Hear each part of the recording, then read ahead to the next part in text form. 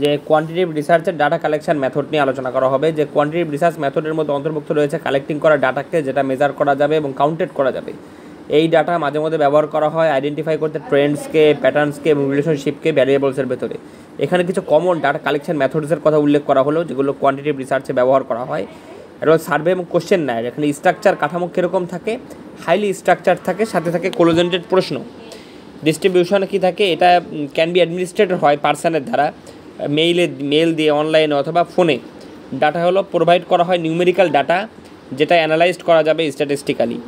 Observation, এখানে কাঠামোটা যা থাকে সেটা হলো যে ক্যান বি স্ট্রাকচার থাকতে পারে অথবা আনস্ট্রাকচার থাকতে পারে। ডাটা হলো রেকর্ড বিহেভিয়ার, ঘটনা অথবা অকারেন্স। এক্সপেরিমেন্টস কন্ট্রোলড, যে ম্যানিপুলেটস করা হয় এক অথবা ততোধিক ভ্যারিয়েবলস, যে মেজার করতে তাদের ইফেক্ট একটা ডিপেন্ডেন্ট ভ্যারিয়েবলের উপরে। আর ডাটা হলো সংগ্রহ করা হয় ডাটাকে ডিপেন্ডেন্ট ভ্যারিয়েবলে বিফোর এবং আফটার ম্যানিপুলেশনের পরে।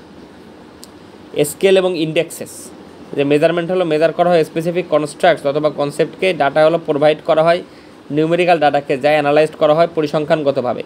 এক্সিস্টিং ডাটা, সেকেন্ডারি ডাটা, এর সোর্স হলো government record, database, research report ইত্যাদি। ডাটা অ্যানালাইসিস করা হয় এক্সিস্টিং ডাটাকে অ্যান্সার করতে রিসার্চ কোশ্চেনগুলোকে।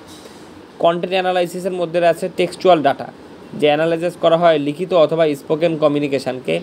আর ডাটা কাউন্ট করা হয় ফ্রিকোয়েন্সি, অকারেন্সের ফ্রিকোয়েন্সি অনুসারে স্পেসিফিক ওয়ার্ডের, ফ্রেজেসের অথবা থিমের। আরটা আছে ফিজিওলজিক্যাল মেজার, এর বায়োলজিক্যাল ডাটা কি, মেজার করা হয় ফিজিওলজিক্যাল রেসপন্স, যেমন হার্ট রেট, ব্লাড প্রেশার, এগুলো।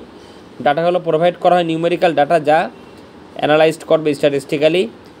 এই চুজ করা রাইট মেথড ডিপেন্ড করে বিভিন্ন ফ্যাক্টরের উপর, যার মধ্যে আছে যে রিসার্চ কোশ্চেন, যে তুমি কী ফাইন্ড আউট করতে চাও, পপুলেশন, যে তুমি কাদের উপর স্টাডি করছো, রিসোর্সেস, যে তোমার কাছে কী পরিমাণ রিসোর্স আছে, আর টাইম ফ্রেম, যে কতটা সময় তোমার আছে যে ডাটা কালেকশনের জন্য। কেয়ারফুলি কনসিডারিং করে এই ফ্যাক্টরগুলো তুমি সিলেক্ট করতে পারো সবচেয়ে অ্যাপ্রোপ্রিয়েট ডাটা কালেকশন মেথড তোমার সংখ্যাগত গবেষণার জন্য।